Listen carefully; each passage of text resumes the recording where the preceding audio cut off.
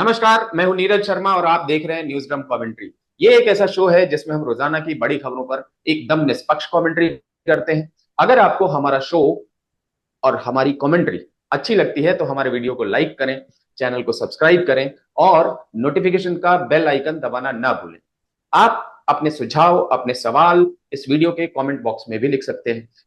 इस कमेंट्री में हमारा साथ देते हैं हमारे वरिष्ठ सहयोगी, वरिष्ठ पत्रकार और जाने माने राजनीतिक विशेषज्ञ शेखर अय्यर जी। शेखर जी, बहुत बहुत स्वागत है आपका आज की कमेंट्री। नमस्कार नीरज जी, नमस्कार sir, one nation one election या वन नेशन वन पोल, एक राष्ट्र एक चुनाव, जिस भाषा में कहिए, लग रहा है कि सरकार इसको लेकर के सीरियस है। इनफैक्ट इसकी जो कमेटी वगैरह गठित हुई थी वो मार्च के आसपास हो गई थी और हमें ऐसा लग रहा था कि चुनाव के बाद जिस तरीके के परिणाम आए हैं, बीजेपी के पास एब्सोल्यूट मेजोरिटी नहीं है, तो शायद ये मामला अभी ठंडे बस्ते में रहेगा। जैसे कई सारे लोग कई सारे मुद्दों पे इसका हमेशा से ही शक जता रहे थे कि जो कंटेंशियस इश्यूज हैं उनको बीजेपी आगे लेकर के नहीं बढ़ेगी, या जिसमें उसको एटलीस्ट 2/3 बहुमत की जरूरत है। और यहाँ पे देखिए कि वन नेशन वन इलेक्शन को कैबिनेट ने कल अप्रूव कर दिया और उसके बाद से सवाल यही उठाए जा रहे हैं कि ये कितना प्रैक्टिकल है, होगा कैसे, और इसका इम्पैक्ट क्या होगा कंट्री पे और कंट्री के प्रोग्रेस पे। सबसे पहले तो सर मैं आपसे पूछना चाहता हूं, कितना प्रैक्टिकल है। अब आप अश्विनी वैष्णव की तरह मत बोल दीजिएगा कि जा करके ऑनलाइन रिपोर्ट पड़ी हुई है वही पढ़ लो, प्लीज सर। देखिए, आपका लास्ट जो कमेंट था, जी यानी लास्ट से लास्ट वाला, उससे जी पहले वाला, कि आपने कहा कि मार्च में रिपोर्ट दी गई थी और परिणाम के बाद ये होगा, और जो परिणाम निकल के आया उससे यही कंक्लूजन था कि ऐसे मुद्दे पर अभी बीजेपी तुरंत काम नहीं कर पाएगी, क्योंकि आपको फुल फ्लेज्ड मेजॉरिटी चाहिए, आ, क्योंकि बड़े कॉन्स्टिट्यूशनल अमेंडमेंट्स करने होंगे, तो इतनी आसान नहीं होगी। आ, उसी का जो इम्प्रेशन को दूर करने के लिए ये कैबिनेट डिसीजन आया है कि मोदी का 3.0 जो है, इसमें कोई फर्क नहीं है। मैनिफेस्टो में जो चीजें जिक्र की गई है वो पूरा से पूरा ये इम्प्लीमेंट होगा। एक चीज आपने नोट किया हो नीरज, क्योंकि मैसेजिंग इस पे बहुत खास है। क्या मैसेजिंग है? पहले आपने देखा होगा, बिना सूत्रों को खुलासा ना करते हुए स्टोरी सब जगह आउटलेट्स में लगी कि वन नेशन वन पोल पे सरकार बरकरार है, ये करेंगे, ये जरूर करेंगे, लेकिन जो भी होगा इस कार्यकाल में होगा। जी फिर जाके 100 दिन की जो मोदी सरकार की 100 दिन, यानी 3.0 की 100 दिन पर आपके गृह मंत्री अमित शाह जी ने प्रेस कॉन्फ्रेंस की। जी वहां भी यही सवाल आया कि जो रिपोर्टें आ रहे हैं, क्या उन्होंने कहा नहीं, बिल्कुल ये 2000 जो 2029 चुनाव से पहले हम जरूर करेंगे। उसके ठीक अगले दिन आपको देखा कैबिनेट का फैसला आया। इसका मतलब एक प्रकार से मूड बनाने वाली काम सरकार की तरफ से, वो बड़ा मैसेज है कि क्या, कि सरकार कमजोर नहीं है, और 100 दिन में जितने फैसले लिए हैं उनकी विवरण किया गया। और ये जो फैसला है, इसका मतलब हमारे पास अपने बल पे हम बड़े स्पष्ट बहुमत नहीं हो, फिर भी प्रधानमंत्री मोदी जी और बीजेपी की सरकार जो भी मैनिफेस्टो में है उस पर करे, बिल्कुल करेगी। जी तो उस मैनिफेस्टो में क्या क्या है, आप पहले एक टाइम टेबल देख लीजिए क्या है। जी पहले सेंसस होगा, और एक प्रकार से आरएसएस और बीजेपी में भी एक अंडरस्टैंडिंग आ गई है कि कास्ट इसमें जोड़ देंगे सेंसस पे। अब पहले यह था कि कास्ट सेंसस पे विरोध में है, लेकिन अब क्लियर हो गया कि कास्ट सेंसस जरूर होगा, क्योंकि इसमें एक कॉलम डाल देंगे कास्ट वाला। ये फैसला हो गया है। और उस हिसाब से आरएसएस ने, आपने देखा होगा जब उनकी मीटिंग हुई थी पालघाट में अभी, उनकी राष्ट्रीय कार्यकारिणी की जो बैठक हुई थी, उसमें उन्होंने फैसला कर दिया कि ठीक है, कास्ट कास्ट का आप करिए, सेंसस करिए, लेकिन राजनीतिक कारण पर उसको यूज नहीं करना है, उसको केवल सामाजिक कल्याण का जो भी कार्यक्रम हो उसके लिए यूटिलाइज कीजिए। ये हो गया। तो जो टाइम टेबल जो है नीरज जी, मैं 1 मिनट बता देता हूं। तो पहले तो सेंसस होगा, सेंसस मैं मानता हूं सेंसस जनवरी 2025 से शुरू होकर दिसंबर 2025 में खत्म होगा। अभी उसके जो ऑर्डर्स वगैरह जब इश्यू हो जाएंगे, अभी नेक्स्ट बड़ा डिसीजन होगा सेंसस का ग्रीन सिग्नल। दूसरा काम क्या होगा, जैसे सेंसस खत्म होगा डिलिमिटेशन की एक्सरसाइज शुरू हो जाएगी। हो सकता है वो 3-4 महीना लगे, तब तक 2026 का 2026 का असेंबली इलेक्शंस आ जाएंगे।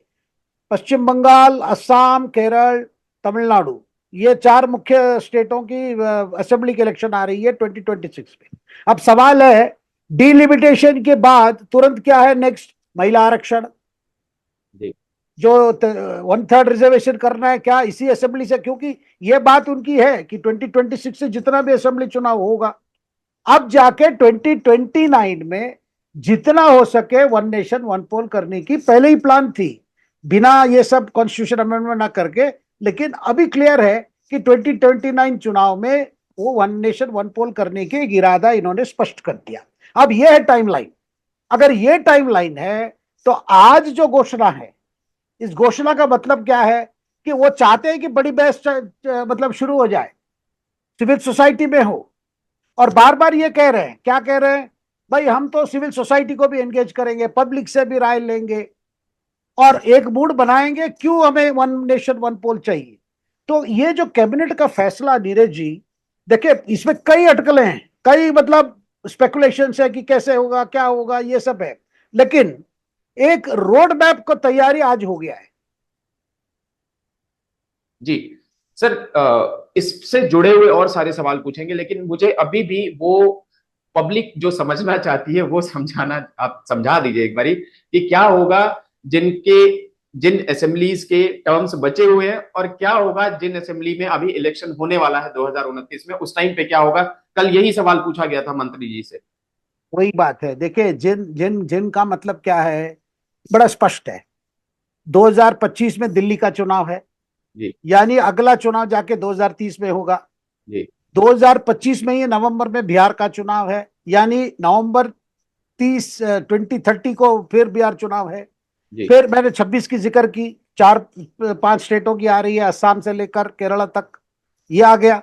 अब सवाल आता है, देखिए इनका जब 2029 में लोकसभा चुनाव होगा, तो उस समय अगर आप इनको कहेंगे भाई आपका 3 साल जो हुआ है हो गया, अब डिसॉल्व करो चुनाव में आओ, तो वो लोग क्या मानेंगे क्या? 3 साल बिल्कुल। के मानेंगे तो वो तो फिर आपको कॉन्स्टिट्यूशन करना पड़ेगा। देखिए एक्सटेंशन अगर करे कोई बात नहीं है, जी आप इनको कह दे भाई आपका 5 साल और 1 साल ले लो, सब खुशी से मान लेंगे। लेकिन सवाल देखिए दोनों तरफ से कॉन्स्टिट्यूशन अमेंडमेंट है इसका। अब दूसरी बड़ी क्लियर है, कल से क्या है रोड मैप में, इसका 2 पार्ट है। एक पार्ट तो लोकसभा और राज्य जो विधानसभा के चुनाव को सिंक्रोनाइज करना है। दूसरी पार्ट 100 दिन के अंदर, यानी जैसे ही ये साइमल्टेनियस इलेक्शन हो जाएगा, 100 दिन के अंदर आप म्युनिसिपैलिटी से लेकर पंचायत तक की चुनाव भी एक ही समय करोगे। यानी विधानसभा चुनाव लोकसभा चुनाव के पश्चात 100 दिन में ये दोनों भी करोगे। अच्छा, ये मामला और भी थोड़ा कॉम्प्लिकेटेड है। क्यों? ये आपके लोकल गवर्नमेंट जो है, पंचायत हो, ग्राम पंचायत हो, जिला परिषद हो, म्युनिसिपैलिटी हो, ये स्टेट लिस्ट में आता है।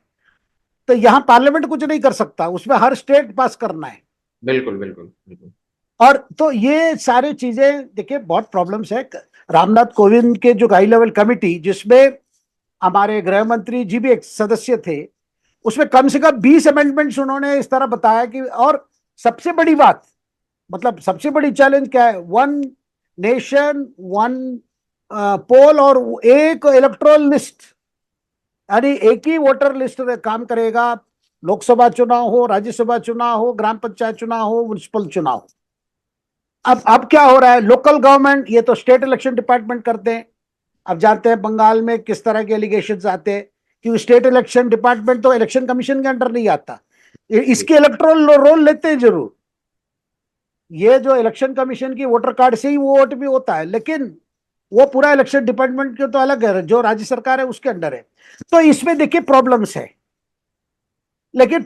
है, लेकिन साथ साथ दूसरी क्या देख रहे हैं, जब कोविंद की कमिटी ने पार्टियों से राय पूछी थी, उसमें से कम मेरे पास जो जानकारी है 47 पार्टीज बुलाए गए थे।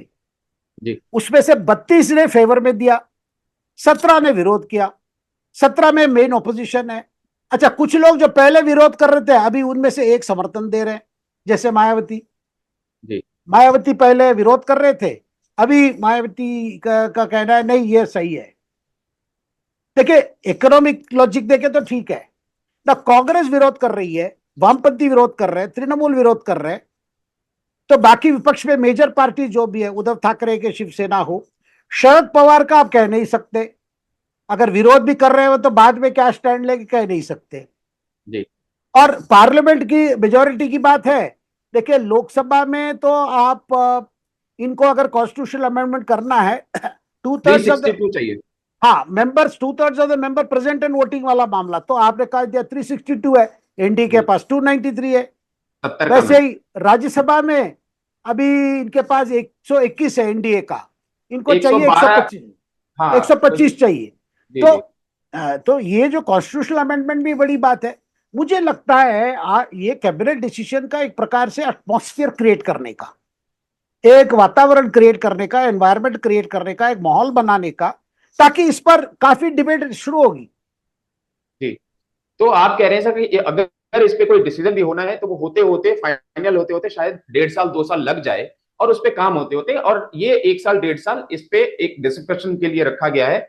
ऑलरेडी लार्जर डिस्कशन हो चुका है, कंसल्टेशन प्रोसेस हो चुकी है। कल अश्विनी वैष्णव ने भी बताया था कि 80% से ज्यादा लोग इसके पक्ष में हैं, और 20% लोग जो कि किसी भी तरीके से पॉलिटिकली मोटिवेटेड हो सकते हैं। अब वो पॉलिटिकली मोटिवेटेड का मैं रीजन आपको बताना चाहता हूं। मुझे ऐसा लगता है कि खास करके नेशनल पार्टी ही इसके अगेंस्ट में है। देखिए सर, क्यों? क्योंकि अगर एक रीजनल पार्टी है, उसको अपने राज्य में चुनाव होना है, उसको 5 साल में एक ही बार काम करना है। काम करना मतलब चुनाव में जाने के लिए। नेशनल पार्टीज जितनी है, उनको तो हर 6 महीने, मतलब अब क्या है कि इनका एंगेजमेंट बंद हो जाएगा नेशनल लीडर्स का। इनफैक्ट मुझे तो लगता है कि इन सब वजहों से सर कहीं ना कहीं टॉक्सिसिटी भी घट सकती है। फॉर एग्जाम्पल, अगर हम समाज में बंटवारे और हिंदू मुसलमान की बात करते हैं, तो हिंदू मुसलमान की बात तकरीबन हर इलेक्शन में उछाली जाती है। इसका मतलब कि 2 महीने तक मामला शांत रहता है, तीसरे महीने में उसको पॉपअप किया जाता है, और चौथे पांचवें महीने में चुनाव होता है, छठे महीने में रिजल्ट आता है, और फिर 1-2 महीने शांत रहता है। तो ये एक सर्कल बन गया, टॉक्सिसिटी के लिए भी, समाज में जहर घोलने के लिए भी, और नेताओं का एक जो एक रूटीन बन गया है कि अच्छा आज ये वाला इलेक्शन, कल वो वाला इलेक्शन। तो इनके रोजगार शायद खत्म होंगे, एंगेजमेंट खत्म होगी, और बहुत सारी चीजें अनसेन चीज हमारे लिए भी। अगर चुनाव 5 साल में होंगे तो हम क्या बैठ करके डिस्कस करेंगे डेली डेली? सो मेरे ख्याल से बहुत सारी चीजें अच्छी होंगी, लेकिन लोगों को खास करके अपने एंगेजमेंट और अपने व्यापार पे ज्यादा नुकसान दिख रहा है। गलत कह रहा हूं सर? नहीं, जिन लोगों को नुकसान दिख रहा है वो नुकसान से ज्यादा संदेह है। जी अगर बीजेपी ला रही है, अगर प्राइम मिनिस्टर मोदी चाह रहे हैं, अगर अमित शाह चाह रहे हैं, इसका मतलब इसमें कोई बड़ा फायदा बीजेपी को होगा और हमारे लिए नहीं होगा। देखिए, पहला तो क्योंकि ये पहला अजम्पशन है, अगर जी बीजेपी इसको पुश कर रही है तो इनको बड़ी लाभ होनी है। और दूसरी बात देखिए, दूसरी चीज होगी जो कई रीजनल पार्टीज की भी दिक्कत होगी। क्या मैं बता रहा हूं, अगर वन नेशन वन पोल मान लीजिए लागू हो गया, फिर फोकस आ जाएगा गवर्नेंस पे। जी देखिए, चुनाव नहीं होगा, आपको पूरा ध्यान देना होगा भाई, और ऑडिट भी होगा भाई 5 साल में क्या किया। अब क्या है, चुनाव के समय जो परफॉर्म नहीं किए, बाकी ऐसे मुद्दे उठा देते हैं जिस मुद्दे की आपने जिक्र किया, बड़े जी इमोटिव इश्यूज ले लेते हैं, इमोटिव इश्यू ले लेंगे, जात के आधार पर कुछ ले लेंगे, कुछ ऐसा करते हैं, क्योंकि एक प्रकार से अगर वो शासन में है ये तो डाइवर्शन है। मैं किसी पार्टी को नेम नहीं कर रहा, हर पार्टी इसका बिल्कुल मतलब बिल्कुल बिल्कुल इस ये है। एलिगेशन के ये है पारते हैं। जी देखिए, तो ये एक प्रकार से गवर्नेंस पे आ जाएगा। अब कोई पार्टीज ऐसे हैं, गवर्नेंस तो उनकी मूल ये नहीं है। आप बिहार में राष्ट्रीय जनता दल ले लीजिए, उनकी गवर्नेंस से क्या मतलब है? अभी तक तो गवर्नेंस से उनका कुछ हुआ ही नहीं है, बिना गवर्नेंस ही उनकी पार्टी चली है। अब तृणमूल कांग्रेस ले लीजिए, अब क्या तृणमूल कांग्रेस और गवर्नेंस से क्या रिश्ता है? जी कोई रिश्ता नहीं है। तो कई पार्टीज ऐसे हैं जहां, और भ्रष्टाचार, अब क्या हो रहा है, ये अपने आप को कन्विंस कर लेते हैं भाई राज्य चुनाव में ही हमें ये सब ध्यान देना होगा राज्यों की परिस्थिति को लेकर। राज्यों में जो भी चीज जो राज्य सरकार की दायित्व बनता है लोकसभा। लेकिन अब क्या होगा, अगर चुनाव इकट्ठा होगा, इश्यूज ओवरलैप होगा, तो स्टेट सरकार अगर किसी पार्टी का है उसका असर डायरेक्टली पड़ेगा। अभी क्या है, देखिए तमिलनाडु में लोकसभा चुनाव है अभी जो हुआ था। जी अब देखिए तमिलनाडु में कई एंटी इनकम्बेंसी इश्यूज से वो रिफ्लेक्ट नहीं हुए लोकसभा इलेक्शंस पे। अगर इसलिए नहीं हुए क्योंकि स्टेट इलेक्शन साथ में नहीं है। मान लीजिए एमपी का भी है, साथ से एमएलए का भी है, तो एंटी इनकम्बेंसी फैक्टर का मैनिफोल्ड इंपैक्ट होता है। बिल्कुल बिल्कुल। वो भी एक प्रॉब्लम है रीजनल पार्टीज के लिए। रीजनल पार्टीज के लिए एक समस्या बन जाती है, एक गवर्नेंस इश्यू आ जाएगा, ये आ जाएगा। तो ये ऐसे कारण है जिनको लगता है भाई हम इसको कैसे। अच्छा, ऊपर से अब महिला आरक्षण दूसरा बड़ा चैलेंज है। वो पूरा एक डिसरप्टर है। देखिए साइमल्टेनियस पोल एक डिसरप्टर है, महिला आरक्षण दूसरा डिसरप्टर है। अब जनगणना के बाद जाति आधार पर कोई बड़ा फैसला होता है, वो भी एक डिसरप्टर होगा। मैं डिसरप्टर यहां पे पॉजिटिव नेगेटिव की नहीं बात कर रहा हूं। एक आपकी जो जिस तरह आप कर रहे चीजें वो आपको बदलना पड़ेगा। तो ये तीनों फैक्टर्स भी इसके साथ में जुआ है। इसका मतलब सारे पॉलिटिकल पार्टी, खास करके रीजनल पार्टी, जिनके हाथ में टाइम टेबल नहीं है, टाइम टेबल करना उनका हाथ में नहीं है, लेकिन बीजेपी के हाथ में टाइम टेबल है। तो इनको लग रहा है भाई ये टाइम टेबल तो ये कराएंगे, तो हम वो टाइम टेबल देखकर हमें फिर आगे पीछे होना पड़ेगा। और इतना आपकी बात डिसरप्शन पिछले 5 साल में इतना डिसरप्शन होगा, आरक्षण, महिला आरक्षण, फिर जाति गणना पे, फिर उसका असर, इसमें गवर्नेंस इश्यू आएगा, एंटी इनकम्बेंसी इश्यू आएगा। तो ये सारी चीजें इकट्ठे आएंगे तो पॉलिटिकल हमारी जो सिस्टम है कितनी डिसरप्शन को ले पाएगी, पॉलिटिकल सिस्टम के बाद पार्टीज कैसे ले पाएंगे। अच्छा, उसमें क्या है, अभी तक जो गेम है क्या है, कई पार्टी तो सीधा सीधा उनका तो डायनेस्टिक पॉलिटिक्स है ही, इसमें कोई ये नहीं है। जी तो वहां जो वो चीजें भी डिसरप्ट होंगे, डायनेस्टिक पॉलिटिक्स डिसरप्ट होंगे। जी जी जी। तो सर आपने देखिए एक, जी, नहीं नहीं बोलिए सर प्लीज, सॉरी। नहीं मैं कह रहा हूं ये, जैसे मैंने कहा ये भाई टाइम टेबल बीजेपी के हाथ में है और डिसरप्शन होना है। जी अब डिसरप्शन होगा, हमें पता भी नहीं चलेगा, नए नए चीजें आएंगे।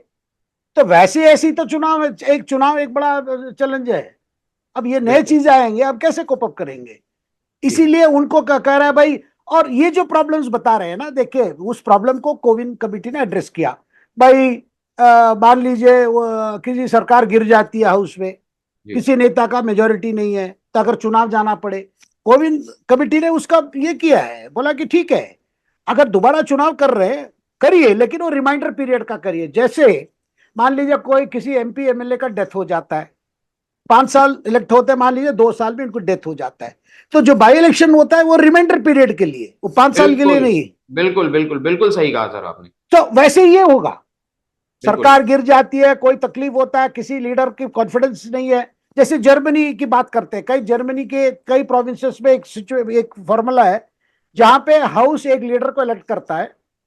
वो अगर वो लीडर लूजेस द कॉन्फिडेंस, बहुमत, क्योंकि हमारी कॉन्स्टिट्यूशन भी रिकॉग्नाइजेज इंडिविजुअल नॉट पार्टीज। हम्म, हमारी पार्लियामेंट्री पार्टी सिस्टम है, लेकिन कॉन्स्टिट्यूशन में पढ़ेंगे person who commands the majority in the house is called upon two become prime minister और चीफ मिनिस्टर।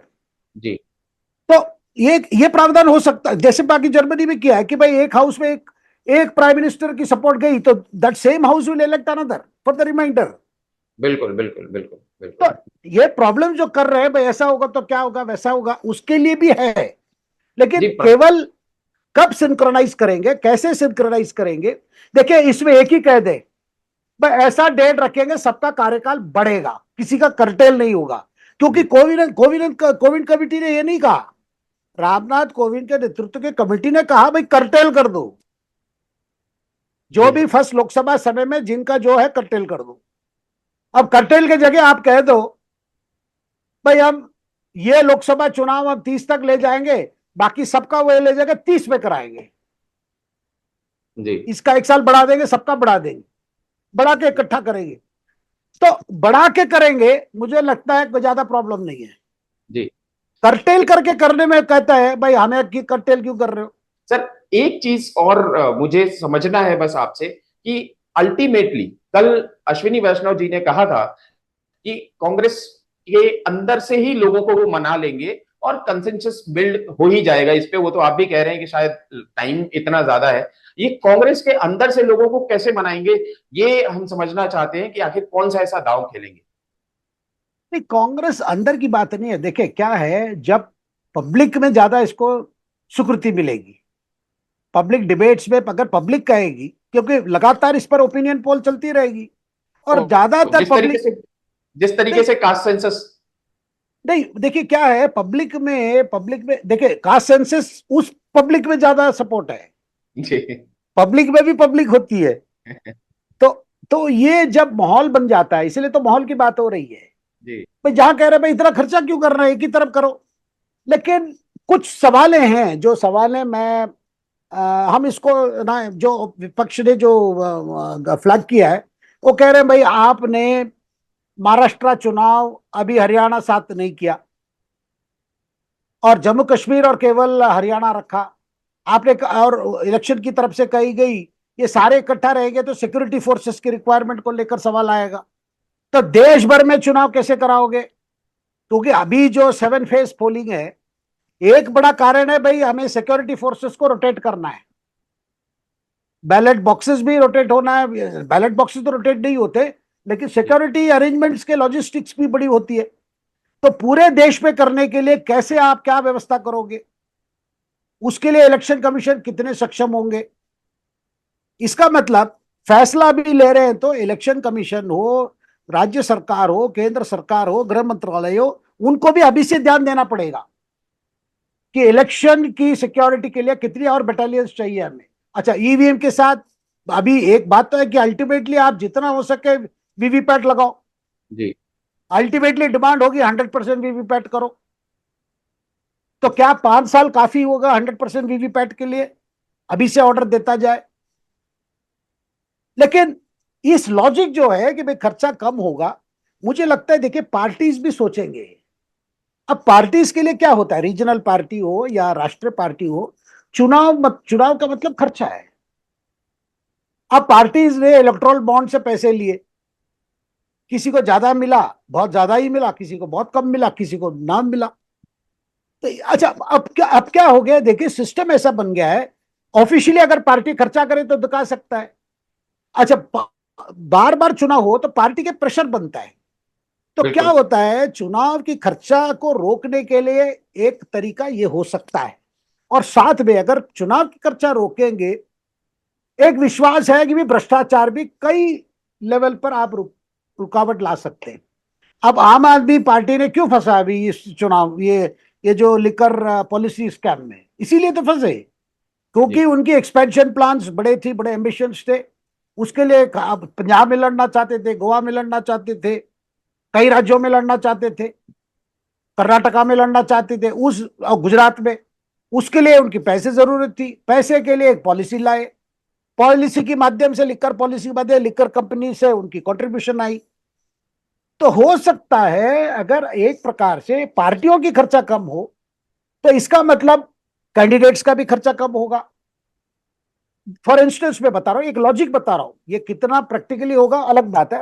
एक लॉजिक बैठेगी, देखो एक लोकसभा चुनाव क्षेत्र में लोकसभा कैंडिडेट तो अपना जो भी खर्चा करेगा, बिल्कुल उसके बिल्कुल। अंडर जितना असेंबली सेगमेंट्स है, हर एमएलए खर्चा करेगा। फिर आप कुछ दिनों में वहां पे म्युनिसिपल चुनाव होगा, तो ये पार्टी का जो कैंपेन का मूड रहा है वो भी कैरी फॉरवर्ड होगा, तो जो भी काउंसलर्स के लिए खड़े होंगे उनको इतना खर्चा ना करना पड़े।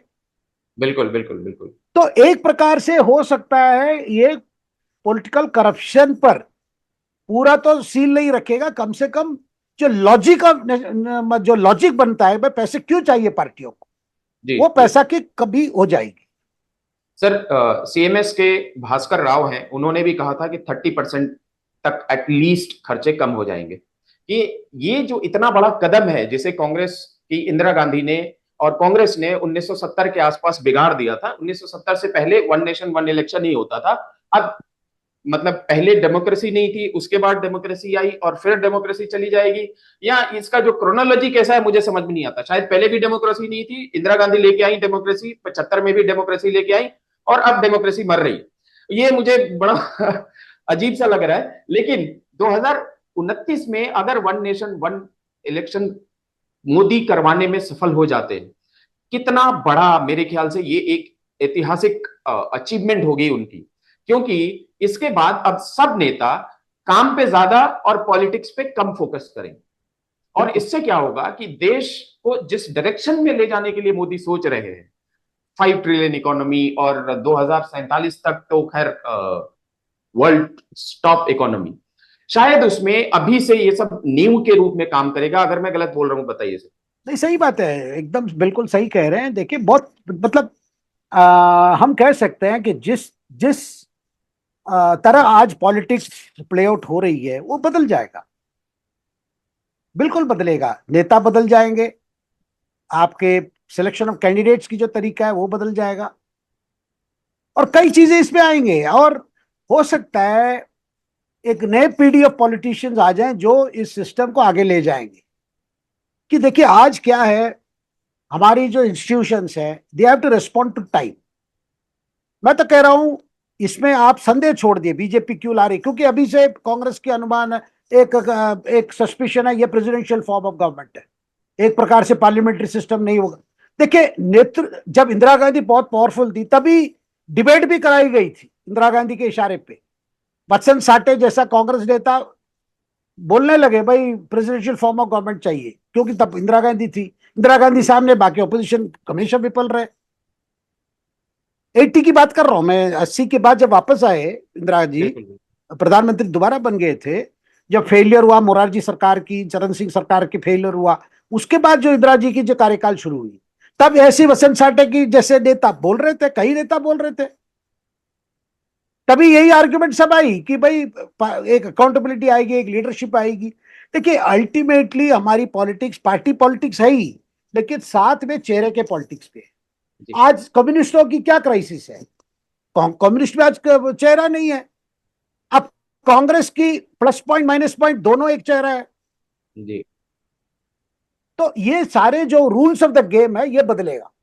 जी, बहुत बहुत शुक्रिया सर आज की चर्चा के लिए। मुझे उम्मीद है कि हमारे दर्शकों को बहुत ज्यादा इंफॉर्मेशन मिली होगी इस आज के शो से। हम फिर हाजिर होंगे किसी बड़े मुद्दे पर अपनी चर्चा के साथ। बहुत बहुत शुक्रिया आपका, हमारे दर्शकों का भी जुड़ने के लिए। हमारे दर्शकों से अपील है कि हमारे वीडियो को लाइक करें, और अगर आपको लगता है कि हमसे कोई सवाल आप पूछना चाहते हैं, आप अपने सवाल हमारे कमेंट बॉक्स में जरूर छोड़ें। बहुत बहुत शुक्रिया सबका, धन्यवाद। नमस्कार।